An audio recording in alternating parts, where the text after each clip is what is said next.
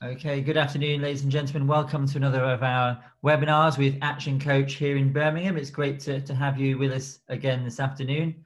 It seems like the weeks and the days are all rolling into one, but it's good to have you on this Monday morning. Start of a new week, start of a new month for many of us.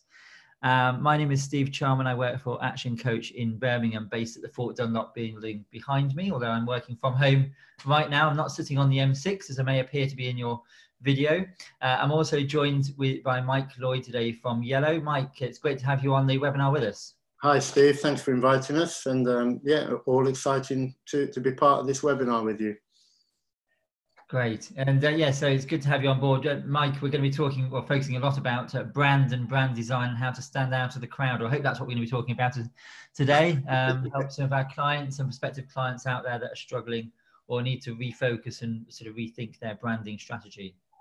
That sounds good. Well, luckily I've worked on many brands over the years, for the last 25 years, from Bentley motor cars to Jaguar Land Rover, Staffordshire University, Birmingham Airport, various arts organisations, B2C and B2B. So any questions, then just give me a shout and we'll talk them through.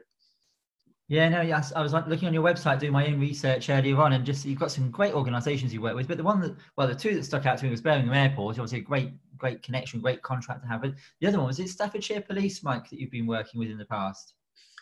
Yeah, definitely. Not so long ago, actually. Just for about 3 years now, I've been working with Staffordshire Police. They came to me because, like so many business contacts, you meet people along the years, don't you? And people become familiar with what you do. But they were in a situation where they had about 8 or 9 different versions of their logo dotted around the organisation, and it's a massive headquarters in just outside Stafford.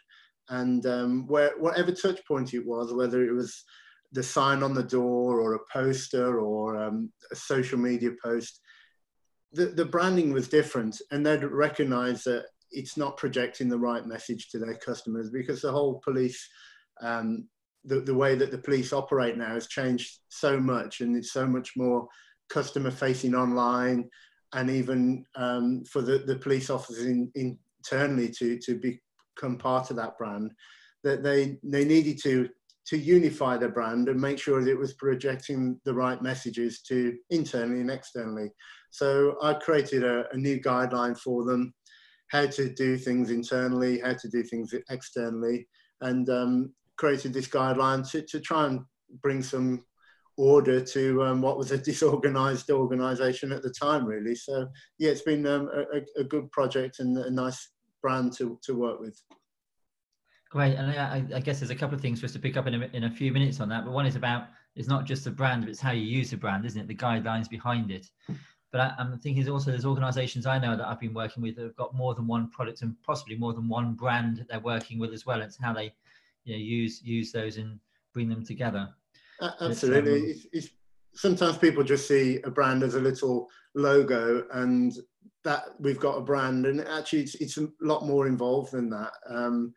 It's how we answer the phone, it's when you send a parcel to someone, all that kind of comes under the umbrella of your brand, and making sure that those different touch points are all saying the same thing is really important to reflect your values as a company, really. So I think brand is a bigger picture than just a little logo that appears in the top corner of a website or a letterhead or whatever it may be.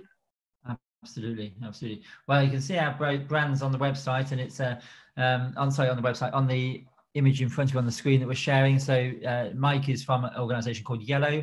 We are from Action Coach, and we also have Emily from Action Coach on the webinar as well this morning. So thank you, Emily, for joining us. Emily is our digital assistant, but also is a technical guru, and is going to make sure this webinar goes without a hitch from a technical point of view. She is monitoring the Q&A box, the question and answer box. So if you have any questions for Mike or myself during the next hour, please do put them in the Q&A box, and I'll keep an eye on it, and so will Emily. And she'll also, any links that we talk about, and she'll also put our contact details in there. So if you want to contact Mike or myself directly afterwards, or visit our websites, we've got those. Mike, we've got yours as well. We'll make sure they're in the link for the webinar. We're also broadcasting on Facebook Live today. We've been doing many webinars for a number of weeks and months now, and we thought, well, we're doing these hourly webinars. How can we get the reach going further? How can we leverage our time? And so we're broadcasting on Facebook, and there's a little bit of an internal competition between myself and my colleagues to see how far we can reach. How far can we get out there? This morning we had people listening in from Cornwall.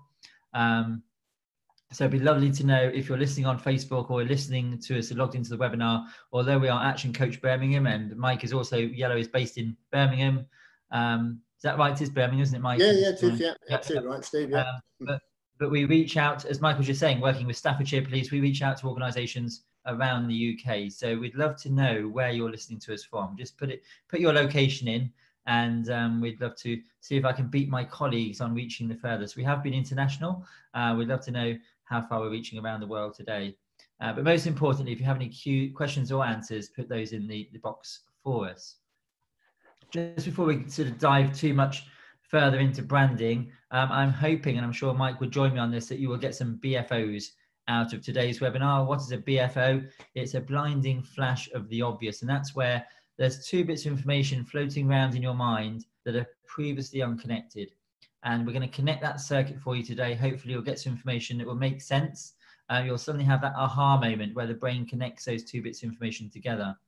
And there may well be things that either I or Mike talk about or share, points we want to make or want to talk with each other about that you may well have heard before. And I would just really encourage you not to think, I know, but to think, isn't that interesting? How can I apply that in my business, particularly right now in the current climate and the changed world in which we're all operating right now? I talk to so many business owners and they say to me, when things go back to normal? And well, guess what, folks? Things aren't going back to normal. We're working in a new way, and we're going to be driving our businesses forward into a new way of sort of competing and operating and hopefully surviving and thriving into the future. And that's where focusing on your brand and thinking about your brand and your key messaging is so, so important now more than ever, I guess, in terms of, you know, how we're trying to attract new customers, retain our existing customers, and move forwards. Just before I sort of let Mike, and I'll not talk for too long, Mike, but I just want to share this one slide because it's the one that most of our clients and those on our webinars love to see. And it's where we've taken at Action Coach the process we believe we're all going through right now. And it is a movable feast, but we've sort of tried to break it down into 5 key phases. And Mike and I were just talking before we started the webinar about the sprint that's ahead of us all coming up. We don't know when, but I'm sure hopefully in the coming weeks and months. But when lockdown was first announced, we all went into this sort of stage of making sure primarily our family and our friends, but our family were sort of safe, secure. We had the right finances, and our personal care and our personal families we looked after. Then our second attention was on our business to make sure that our staff, our business finances were in place. And the government has put so much assistance out there at the moment is making sure we access the right assistance and making some difficult decisions and some challenging decisions about what do we do with our business right now. Do we mothball parts or all of it? Do we keep parts of our business running? And how do we do that? But I have talked to so many business owners over the last number of years, and the most common response I get is, I really haven't got time to talk about coaching or to take on a coach right now or to work on my business. I'm too busy working in my business. And that's a key area which we feel we can always help business owners, but actually more now than ever, we have all got time to reflect on our business, to think about why we set our business up. What was the dream and the ambition? Mike was saying, you set your business up, Mike, was it 20 years ago, something like that? 22 years this year, yeah. There we go, 22 years. But we all start with a dream and a vision. I think it's a reflection of one's age, isn't it? Which isn't a good thing. Possibly, yes, yeah. But it's also, the conversation I love having with any business owner is about what was a vision when you started your business, what was the dream and the goal you're looking to achieve, and then what's the journey been like. And it is about how we can reconnect with that. Go on, Mike, you were about to say something. Oh yeah, I was just going to say that the dream was just to, when I worked in agencies, I always felt I could do something a little bit better and be more in control and offer a better service, basically, and a more one-to-one personal service with clients and get to know them better, and hopefully do some good work along the way. And albeit a small agency, if you like, we kind of managed to do some great work for some great people And that's kind of the rewarding thing, really, is when you see something that actually achieves an end result and makes a difference to someone. You know, that's the that's the reward, really, is that you know you've done a good job for somebody. Absolutely. That's the emotional bit, isn't it? You know, the emotional connection with achieving and helping somebody else, or whatever the goal or the ambition is. None of us come to work or start our own business because we want to work, you know, 60, 70 hours a week firefighting. We do it because we want to help others and hopefully, you know, achieve something for ourselves outside of work. And it's interesting when talking to business owners about what that connection is, what that emotional driver is. But now more than ever, we've got time to take out of our business to review and to reflect on our vision, our mission, you know, what services we offer, what products we provide, and also think about our strategies in our business. And one of those key ones being our marketing strategy. And not only thinking about has it been working in the past, but what do we need to do to change that going forwards? And it's also a chance to think about our mindset and our skill set and what's holding us back and where do we need to change. And we've had so many conversations over the last few weeks with business owners having to get to grips with, you know, Zoom, with social media, with looking at their website, because that is the way in which they're competing and connecting and communicating with their staff and their customers right now. But one of the key things is about marketing in the current climate, and marketing and looking at how we're going to promote our businesses going forwards. You know, what is the USP? What is our guarantee, and how do we stand out from the crowd? And that's really where, you know, we thought it'd be great to connect with you, Mike, and just bring you in and think of, you know, sort of love to hear what you've got to share on that, because there's going to come a point in my view where in weeks or months, every single business in the same industry is going to be at the same point. We've not had that for many, many years, where everyone's sort of lockdown ends and everyone is on that in those same starter blocks at the start of the race, competing for the clients and the consumers that are out there. And consumers are going to be hopefully getting confident and want to spend money again. And it's how can we stand out? How can we make our business, our product, our service, our brand stand out head and shoulders above the rest? And so, Mike, yeah, no, it'd be great to hear what you've got to share on that. I think you had some slides. I don't know if you want me to stop sharing and you want to share what you've got, Mike. Would that sounds good, Steve. I'll put a little presentation together. Some of it kind of to explain let me just grab it. Just while Mike's doing that, if you've got any questions, as I say, just feel free to put them in the question and answer box, and Emily's putting our contact details in there as well. Just a second. Yes, it is how we can pivot our marketing. And just while you're setting that up, Mike, one of the conversations I was having this morning on a marketing webinar was we're talking about the fruit tree in the garden. You know, if you chop the tree down to save money, guess what? It's not going to do anything at all. You've got a stump left in the garden that's useless, pretty much. It's about how we can strategically prune the tree in terms of our business. Think about where we can save costs, where we can cut back, where we can slow things down, where we can manage our cash flow.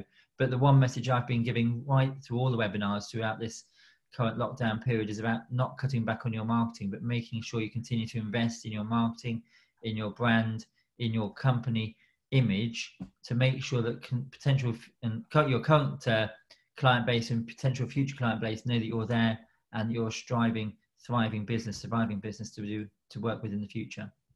Is that sharing, Steve?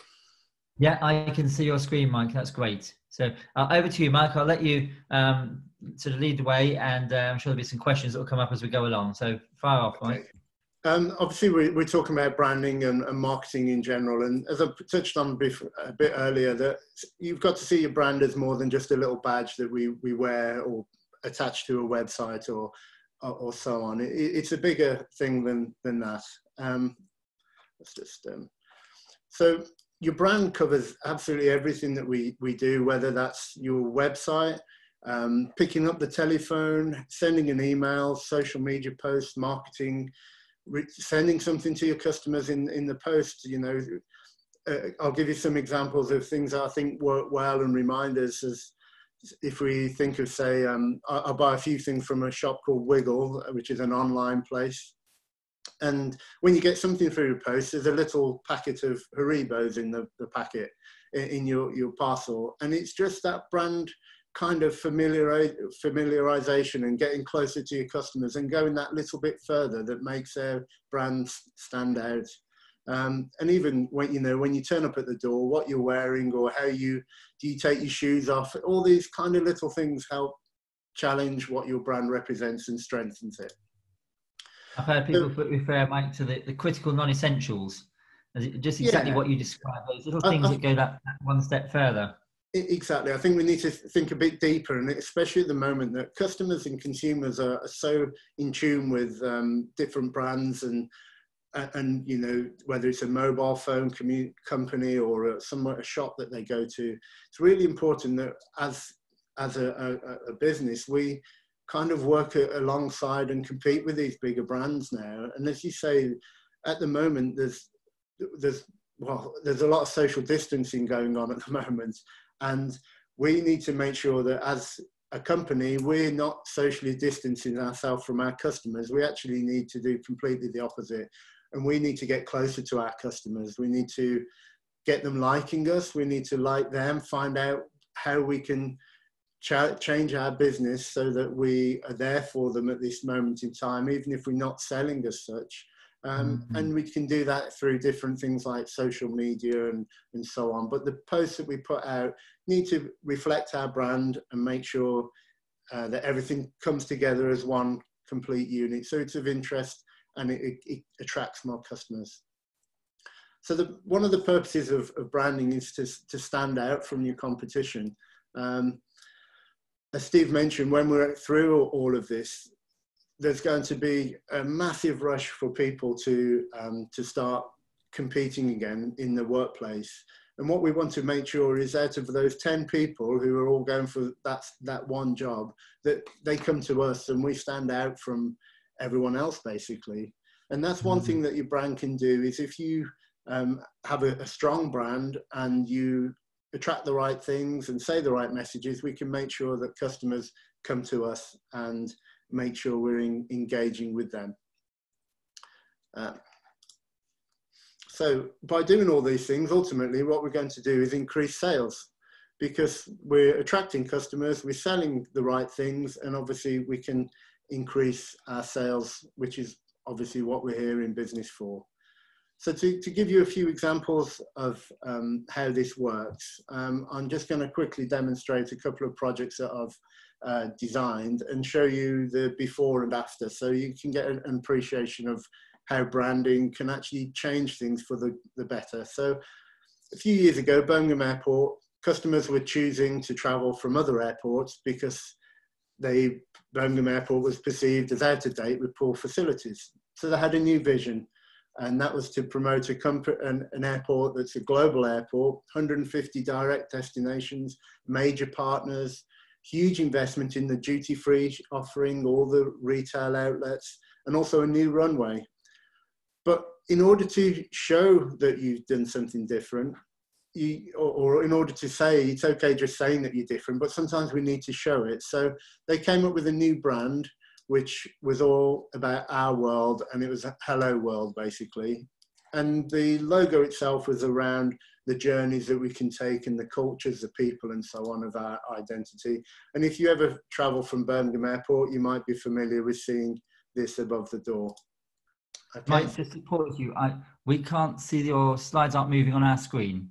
None of them.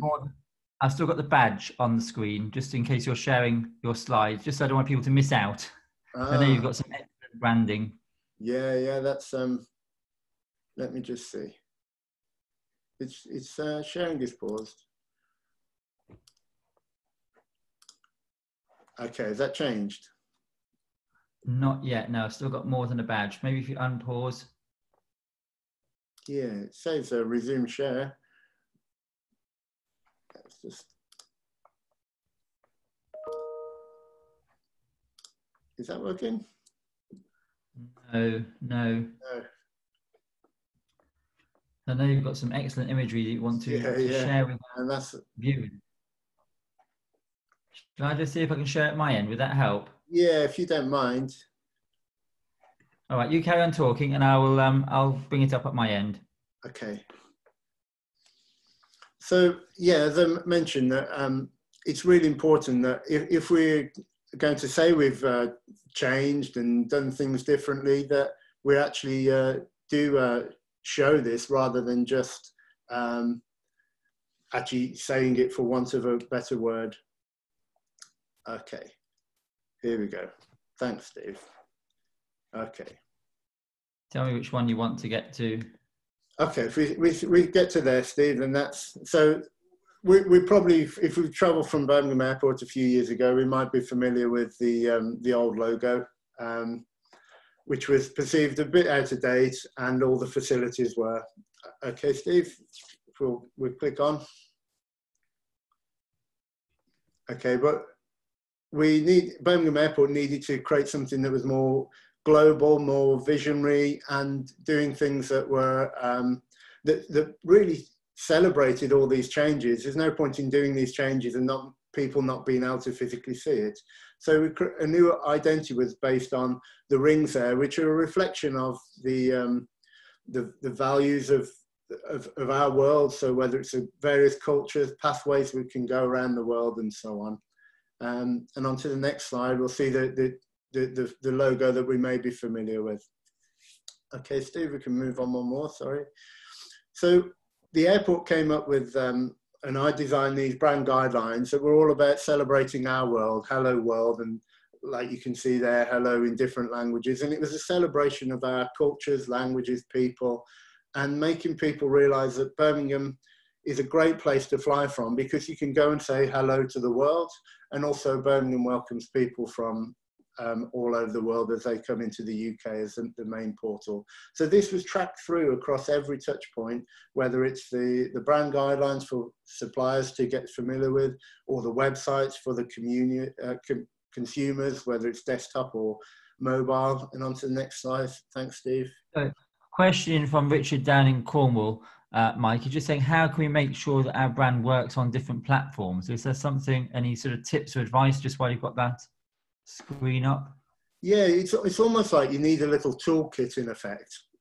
So what we need to make sure is that whatever we do, we use the same basic ingredients. If we're making loads of cakes and we want them all to taste the same, then we wouldn't keep swapping the ingredients around. So what we need to make sure we do with our marketing and our brand is that we've got our badge, which we've said, but all the other things around that, they need to have the same components. So whether that's the same color, if we think of bigger brands who do it, like Vodafone, when we see that red and the little logo, and even, yeah, when we see that red, we kind of automatically associate with certain brands. But as smaller companies, we don't have that luxury of exposure that they spend millions of pounds on their marketing to get that exposure and familiarity. So we need to work harder, in effect, to make sure that when we put a social media post out, or we do a leaflet, or whatever form of communication it is that we're doing, that we use the same ingredients. So we use the same colors, we try and use the same typeface and style and look, so that it's a seamless transition. So when someone clicks on a social media post and it launches a website, it's not like it's two different companies. It's just the same company, but just in a different communication form, if that makes sense. I guess, yeah, just picking up what you were saying, colour is so important. You touch on Vodafone there and the red, but the one that sticks in the back of my mind is Dino Rod and their vans. I think they're part of a British gas group now, aren't they? But yeah, you see a van, you don't even need to see the name on the van. You know it's a Dino Rod van because of the colour you see it on the roads. And I guess the importance of, as you're saying, colour and imagery is as important as the words and the name itself.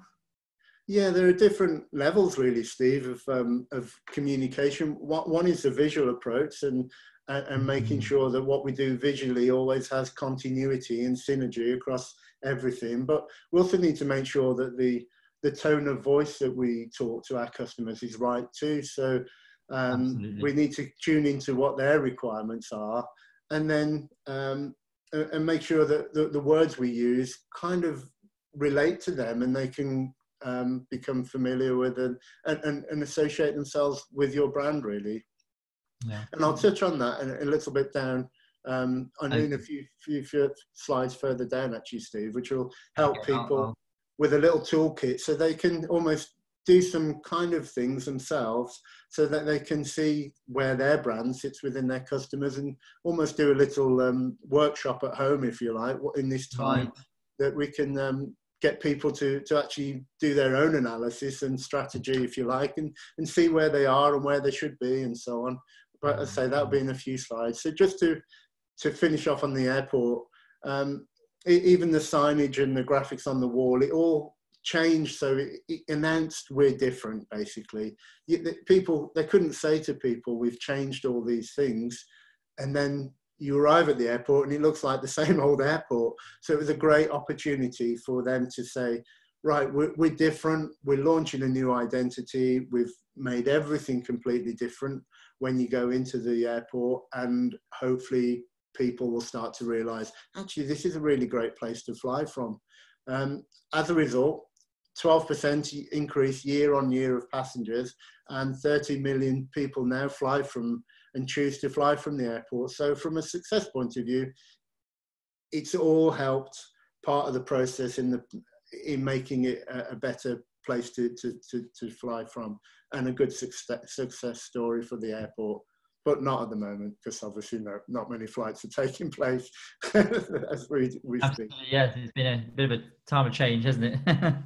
Yeah, another organisation I created, as I say, this marketing toolkit, which is a kind of a guideline, if you like, but like an electrician might bring his toolbox and he's got different screwdrivers for different things. This is a marketing version of that, really. So Town Hall Symphony Hall, Birmingham. I've been lucky to work with quite a few regional companies. They were perceived as a classical music venue, despite only taking 30% of their revenue from classical music, which kind of said there was 60% that people didn't even realize that they did other things. The problem was that when they did all their marketing and their branding looked very traditional, very corporate, and little old-fashioned, and always focused a classical music person, artist on everything they did. So they needed to change that perception, and this was a marketing strategy and a toolkit that enabled it to do that. So on to the next slide for me, Steve, thanks. A new strategy of Enjoy More was brought in, and it was basically saying we cater for everyone. We don't just do classical music, we do family events, world music, pop music and so on, and dance and theatre and so on. And Enjoy More was basically a message for everyone that there's more to offer at Town Hall Symphony Hall, and brought in with a new style, more contemporary, that challenged that perception of being a classical music venue. Okay, Steve. And again, this kind of theme, and what we were just briefly talking about, was how it translates across everything, that all of these pieces are for different audiences. So one's for a family event, one's for a 16-year-old event, and one's for jazz and classical, yet they all look like they're the same family. So people start to get that familiarization that this is from Town Hall Symphony Hall, despite it having a different flavor for each one. So part of the strategy was just to target people with the right messages. There's no point in sending an event for a classical Mozart recital to someone who's interested in Echo and the Bunnymen, for instance. It has to be right for that audience. And this was the toolkit that uses the same fonts, similar colorways, but tweaked slightly. So some are dialed up in certain areas that makes it approachable and a difference for Town Hall. And if we go into the next slide for me, Steve. As a result of this, on the very first What Song guide, the return on investment was just £2 for every pound they spent. And this increased to £4, which was a massive difference by targeting the What Song guide at the right people and having the right messages to what they want. And that's a simple thing, really. Give people what they want rather than forcing something onto them that they don't need. And the same with the EDMs. A click-through rate of 235% increase is quite a significant difference just by giving people in their inbox the messages that they need to want to receive, really. And avoiding that fatigue, customer fatigue. Yeah, exactly. Last thing you want people to do is just delete it because they don't think it's appropriate for me. And what the branding does is just make sure that when it comes through, they're familiar with the brand enough to know that it's from Town Hall Symphony Hall. And oh, do you know what? I actually like them, so I'm going to read it. Yeah. So to give you a little workshop, I suppose, it's not rocket science. If we flick to the next page, thanks, Steve. If we're selling a designer handbag, it needs to look like we're selling a designer handbag. It doesn't want a starburst on and they're saying now only £650. If we go to the next page, thanks, Steve. Clearly, the styling and how we address something is relevant to our customers and their customers' need. And that branding thing is the same thing, that we need to make sure we talk to the right people in the right tone of voice. So quickly to finish, there's some things that you can do at home that, as we're all at home at the moment, I guess. So it's a little brand workshop that people do, branding workshops to see where their brands are. And this is basically an overview of what we do. So on the first one, Steve, if that's okay, look at your competition. Simple thing to do, get their logos, download them, put them all on a page, put yourself in the middle, have a look at websites, etc., and see how they look and compare yourself and see whether you stand out for the right reasons or the wrong reasons, really. Hopefully the right reasons. If your style is completely wrong and your logo looks out of date, then obviously that's a great way of highlighting it. But think about your USPs and so on, and what makes you different from everyone else. And maybe that's a channel that you could go down that distinguishes you from the competition rather than just sitting in with it. So you can see it on both ways. Think about your customers, what their interests are. You know, this girl here might like all these brands. Would my brand sit comfortably in that? And if it doesn't, then I maybe need to address my branding to make sure that these are one of the things that my customers would actually want to be associated with and like, and so on. So it's really important that we think about our customers' profile and make sure we make our brand attractive to them. A good thing to do as well is perhaps look at those brands and how they market themselves and steal things a little bit from their tone of voice and their styling and think, can I use some of that in what I do? And make sure that we're really getting as close to our customer as possible. Yeah, we were having a conversation the other day, Mike, on another webinar, and we were talking about the importance of, sort of really creating that profile for your customer and the family, and the kind of person they are, what they read, where they live, sort of job they might have, the income they might be, earning each year. To sort of the more in depth you can go, the easier it is then to channel your marketing and to channel your brand, I guess. Absolutely. And going back to the town hall, because they were just sending the same thing to everyone, it didn't have any return on investment. So when they started sending the things that their customers wanted, and targeting them with the right information, the return on investment grew significantly. So it is important to kind of try and understand what your customer is looking for at this time and making sure that you fit that profile really. Okay. And then, as I say, tone of voice is really important. When we do engage with our customers, we need to make sure that we engage with them in the right tone of voice and the right messages. If we're talking to corporate people, maybe it's good morning. If we're more consumer, maybe it's hi. And I know that's quite a basic demonstration, but it kind of just makes you think, perhaps I just need to make sure that all the messages that you send to your customers are the right message, basically, and the right tone of voice.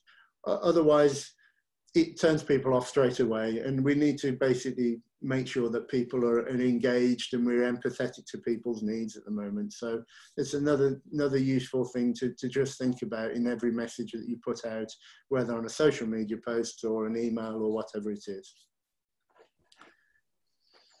And then finally, just clarifying your head what your brand is. So have a think about yourself and what it is that you what your brand represents. Whether that's we need to, what makes you different really. It's in order to make your brand stand out, it's really important that you clarify what you are, what you want to achieve, so that you've got a goal and almost a corporate vision, if you like, of your company, so that you can reach that goal. If you don't have a vision of what you are and what makes you different, then it's much more difficult to challenge your branding and to make it work harder for you. So if we know what we want to achieve, then that really will help you focus and achieve more, really. It really comes back to heart of where we started with the webinar about this time we've now got. And I appreciate not every single business owner, but many business owners right now have got more time to think about these sorts of things and to reflect where they've been, but more importantly, to think about where they want their brand, their organization to be in the future, and to re-clarify their goals and their vision and the culture of the organization, to really, sort of map that out and think about, not just the brand, but the culture, how they're going to communicate with staff, how they're going to communicate with their customers going forward. So it's all interlinked, isn't it? It's not just one thing on its own. And as you said, Steve, at the beginning, as a business, we're all changing, and the marketplace is changing, and the world is significantly changing, and we're going to have to evolve with those changes. We can't. The world isn't going to just pick up where it was 3 months ago or 2 months ago and carry on as normal. There are going to be changes to what we're doing. And it's important that our company reflects that and our mentality reflects that. And we tap into those changes and try and show that we're proactive and ready to move as the world is changing, really. Absolutely. I've got some more questions, but I see you've only got 2 more slides, Mike. I think that, yeah, I mean, the last thing really, Steve, was if we take those basic principles from, audience, who we are, and try and put all those things together and apply those to your brand, then you'll find that you'll have a better brand vision, and it'll work harder for you as an organization or a company, whatever it is that you're running. So it's just a simple brand workshop that, a lot of agencies will do, where they do mood boards and so on, and cut things out of magazines and so on, and put them down and say, we want to be over this territory. We want to be Audi rather than Kia, or do you know what I mean? And try and work out where you want to be in your mindset, and then tune your branding to kind of aim for those objectives, really. Yeah, it's interesting you just mentioned Audi, because one of the questions I got a lady called Jan in Birmingham was saying, is there any value in having multiple brands? And I'm just thinking now the Volkswagen Group with Audi, Seat, Skoda. Is there any benefit to having multiple brands, and when should they use multiple brands in their organisation? I think if your marketplace and your customer base is so diverse, and simplicity for me is always a key thing. So if you've got lots of brands competing against themselves, but for the same customer and with the same offering, then I don't think it makes sense to have lots of brands. And I've worked with a few companies who've got loads of things going on, and they've actually simplified it into one, and it's been more successful than trying to have lots of different ones. However, if your customers are completely different, like the Volkswagen Group, where you've got Audi, who are one kind of audience, and then VW down to Skoda, you'll see that when you look at their branding and their marketing, that they're targeted in different ways, despite the fact that it's pretty much the same car, isn't it? And we're all familiar with that. But that badge on the front means so much to us as consumers that we'd like to think that my Audi A6 isn't the Skoda Octavia or whatever it is in a different disguise. I'm actually buying into a different vision and a different mentality. And I think if having multiple logos means you can talk to different customers, that's great. But if you've got multiple logos aiming at the same customer, then you're kind of competing against yourself, really. I don't think it works as strongly. Okay, brilliant. And sorry, Mike, I've got a number of questions coming in thick and fast, so if you don't mind. No, Claire, again in Birmingham, says, is now the right time to change my branding? People often think that changing their branding will suddenly revolutionize the company. And as I mentioned to you before, that sometimes it's more than the badge, and sometimes it's not just the logo that's the issue, if you like, in someone's marketing. It's all the other things that are around it. And obviously it's quite difficult to say yes or no without seeing what people are technically doing. But I would say, if at the moment it it's a good time to change the brand to launch with something different. But maybe you could consider an evolution rather than a revolution, because obviously customers want to have familiarity at the moment. And what you don't want to do at the moment is, if you've got a great customer base that you're engaged with and you tapped into, is to challenge that at the moment. So when work goes back to normal, if you've got a great brand that's working for you at the moment, then you need to keep that familiarity. However, if it's not working for you, it's a great opportunity to kind of say, look, we're back, we're bigger and stronger, and let's do something different and make a mark. So I think it's a great opportunity, if your brand's a bit weak, to come back and really look at it and do something stronger, and that gets you noticed. I guess, yeah, I would agree. I mean, you're the expert in the field, but it depends on how much of a change, you know, is it a change of, is it the same name, such as Birmingham Airport, with a different look and feel, or are you changing, you know, the name in, you know, so it just depends on what you're doing, doesn't it? And Claire has come back to us actually and said she's not trading at the moment. Does that make any difference in terms of timing? I think if we're not trading as a company at the moment, then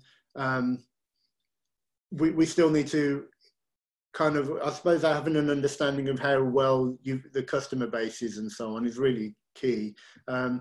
I'd say if you're not trading and you come back as something completely different, then when people rebrand and rebadge, if you like, they always do a piece that kind of says, oh, by the way, we're now this new company. And there's a danger that if you've got a loyal customer base and you just come back in with something completely different, that they might not realize that you're the company that was X Limited, if that makes sense. Mm-hmm.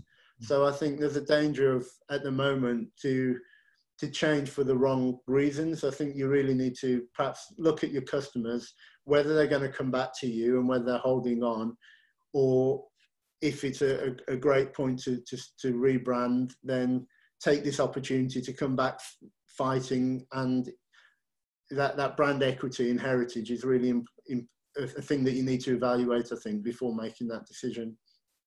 Yeah, and I guess it comes back to, we talked about earlier in the conversation about positioning. You know, even if you're not rebranding, it's about positioning your company and positioning your brand.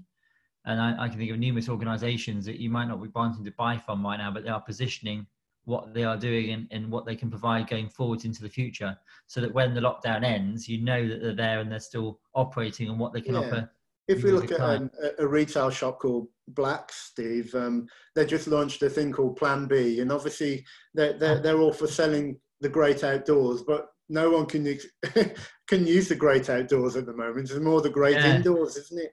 And they've just launched this lovely little video and social media campaign and stuff that's all about the Plan B, really, and it's basically giving tips and advice and inspiration for when travel starts and we can get out, what kind of things we can do. So rather than just closing shop and thinking, let's still sell a tent, it's actually making people think, oh, actually, I want to go camping again, and inspiring them to do it rather than just selling the product. So we need to change how we're thinking at the moment, just to keep our customers on board with what we're doing and tapping into their lifestyle and not just trying to sell at them. It's actually getting that empathy and that closeness of relationship, really.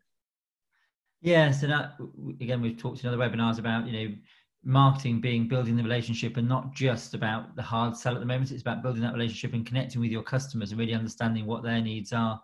And you touched earlier on, Mike, on having the vision within your organization, but I guess it's about taking the customer, potential customers, on that journey with you, and, you know, sort of selling them a vision with your brand as part of that, rather than just it's the importance definitely, of it. Steve. It's without that vision, whether it's a business thing or not, every business has to have a vision, doesn't it? And where you want to be, where you are currently, and where you want to go to, and that should apply in everything we do, not just like from the account side and the business as the coaching side, but even to our brand, really, and making sure that if we're here, we need to, in order for us to achieve such and such, we need to push it to that level. So it's all relative, and the same principles apply in many ways, don't they?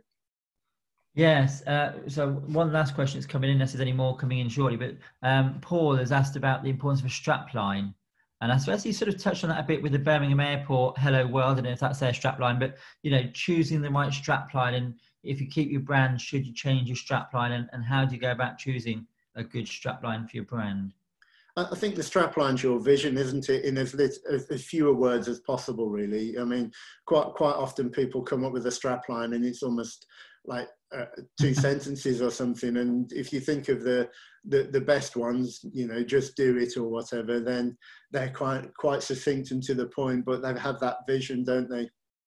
And I think a strapline is great to have, because it kind of gives you a focus and a vision, really. But I'd say when creating the strapline, make sure that it isn't too difficult to it's kind of short and sharp and snappy, and it kind of it genuinely relates to your business and where you want it to go. So I think, you know, subtle things like changing the strapline at the moment, I think that's a good thing, really.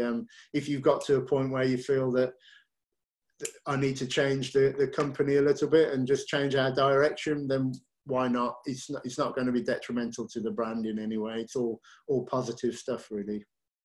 Yeah, so my colleague Glenn, who sort of set ActionCOACH in Birmingham up, he used to work for an organisation that produced something other than firearms, and their strapline was "Ban the Bullet." Really, really simple, and it sort of shared not only what their ambition was of the organisation, but the ethos of the organisation as well. So, you know, I think strapline can carry so much weight. It's choosing the right words and keeping it short, isn't it?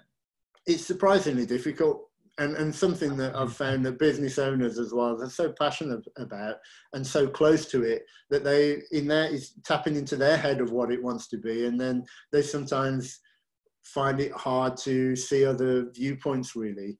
But yes, as ever, saying the most with the least is kind of what you want to say, really. But it's quite a challenging exercise to do, actually. Straplines and names and stuff like that are always quite difficult, but yeah, they can work hard and well for you. Yeah, and I guess one of the key things that people can be doing right now is, even if they're not tweaking with their branding too much in terms of what it looks like, the visual side, you touched on it earlier on. Now is a great time to think, and I love some of the stories you've shared behind the brands that you've created, you know, Symphony Hall and Birmingham Airport. And now is a great time to re-engage with staff in terms of how they promote your brand, how they share the brand of the organisation, to make sure that when we come out of this lockdown phase and we start going back into, you know, back into trading and our staff are back in the organisation, is to make sure that everyone's got that same vision, got that same ethos, and got that same language. And now's a great opportunity to train staff and share the vision that you as a business owner had when you bought into that brand, when you set the brand up. No, it's a really good point, Steve. As you mentioned with the Staffordshire Police thing, one of the reasons for that project was to make sure that internally people were on the same song sheet, really, and that they had this vision of the future direction of the organisation. And we always think of it as an external focused project, a brand, and how important it is to our customers. But it's actually really important internally as well, because people want to be reassured that they're working for a particular organisation, and everyone needs to be going in the same, in order to achieve things, we all need to be heading in the same direction. So that actually comes from an internal thing just as much as an external. And if it's not right internally, then obviously externally, it's going to be confused as well. So these are messages, as you say, that when we get back, not only can we be talking to our customers, but we should be talking to our staff as well, and making sure they're reassured and confident that everything's going to be great, and the company's in a good position and we're moving forward. So it is a good point there. And I've worked for large corporates as well as public sector, and I always remember the phrase "the brand police" are out. You know, but the reason that people have guidelines is because they want to keep that same sense and feel and same message within using the brand and the brand guidelines. And it's not about you can't; it's about how we can, you know, promote the organisation in a consistent way across, you know, multiple members of staff, departments, depending on how big the organisation is. But that consistency is really important, isn't it? Just to make sure we're on the same message. But that's where taking staff on the journey with you is key, I think. Although I've never actually worked for BMW, I can only imagine that a brand like that, everything is laid down in a particular way, isn't it? The Germanic way, if you like. But they're a great example of how strong a brand can be, that they probably track that through from the people working, putting the cars together, to the sales staff and so on, that everyone's got the same vision about and pride about what that company is. And if you can achieve that yourself and have that staff kind of loving your brand and loving working for you, then that's all a positive thing. But it does take that kind of, as you say, brand police mentality, that you need to be thinking that actually whatever we do is of the same level and of the same quality, rather than thinking, oh, that'll do for that piece, but not because it's internal. And that's not the case, really. Everything should have a good standard to it. And one last question, Mike, I think that's all the questions done. I've got Hannah in Solihull, who said she had very quickly to take her business online and hadn't really had much chance to think about how she uses her brand online as opposed to when she was getting things printed. And do you have any advice on things she should be considering now, a few weeks in? I think online it's a completely different area to a printed document, isn't it? The way that we use a website is very quick, and we try and get to the information as quickly as possible. It's really important that, you know, with a brochure, when you get a catalogue through, for example, from the White Company or whoever it is you might be on the mailing list for, you kind of browse at your leisure and you kind of flick through from page to page.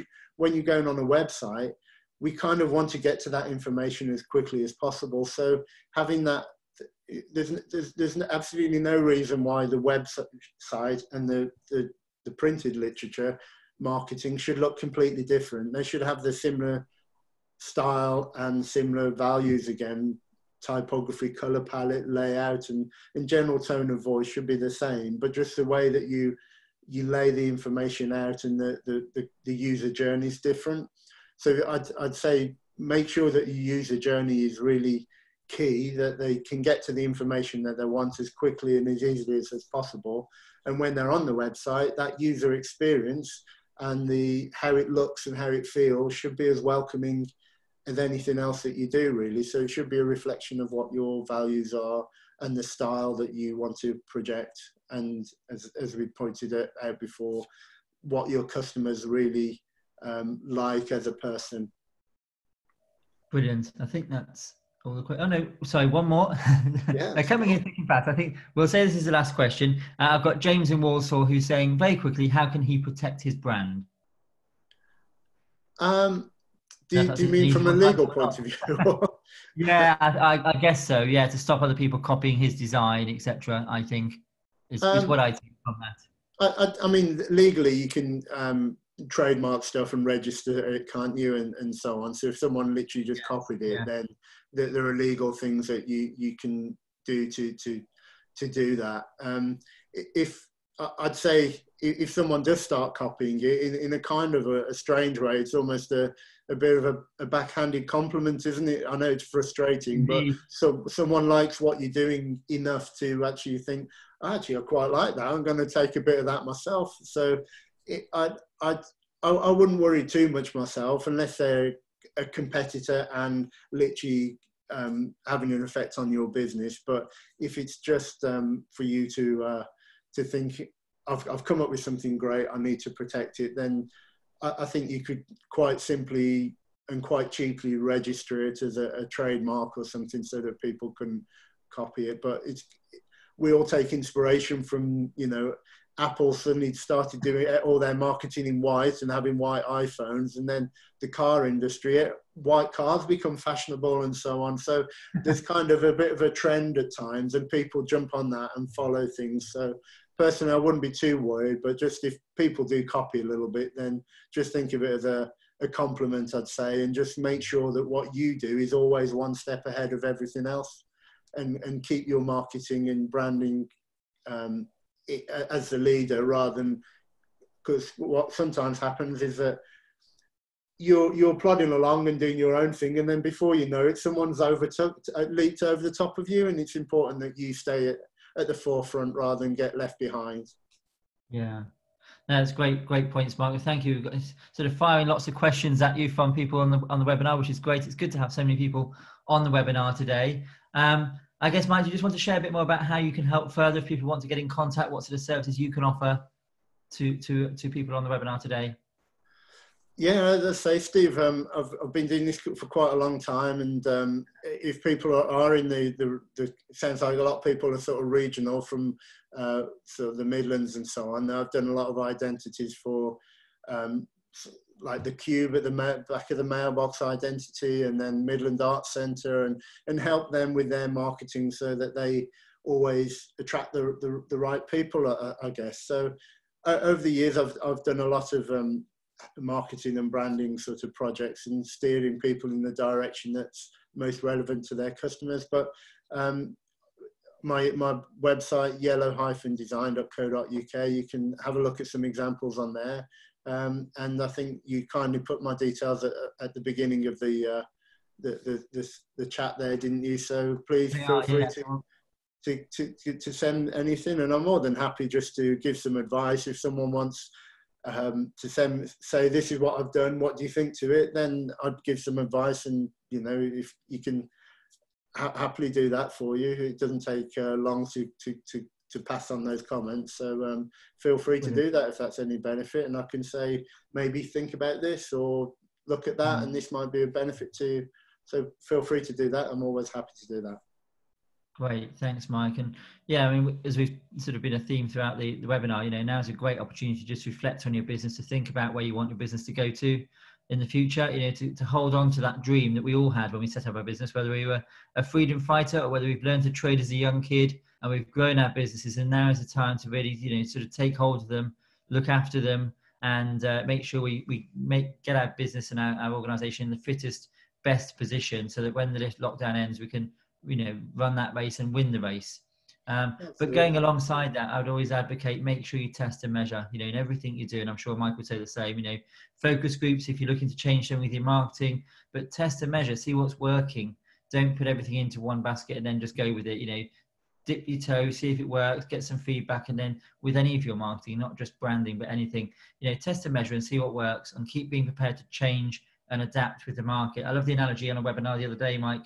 We're talking about the trees in the garden.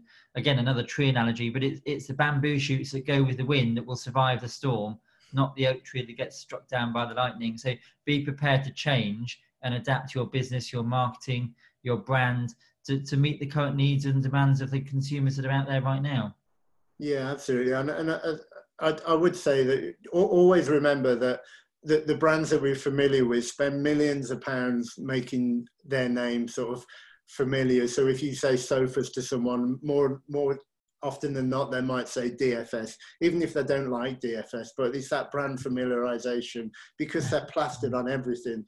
With a smaller company, people don't see the brand on a daily basis. So if you do something and you think, oh, actually, let's just evolve it a little bit, then people generally don't notice a subtle change. So as you say, Steve, just keep on looking at it. If something doesn't work, just change it and move forward and move on. Really, I don't think, oh, I can't change it or do anything because that's how it is now. You can always keep evolving and make it work harder for you.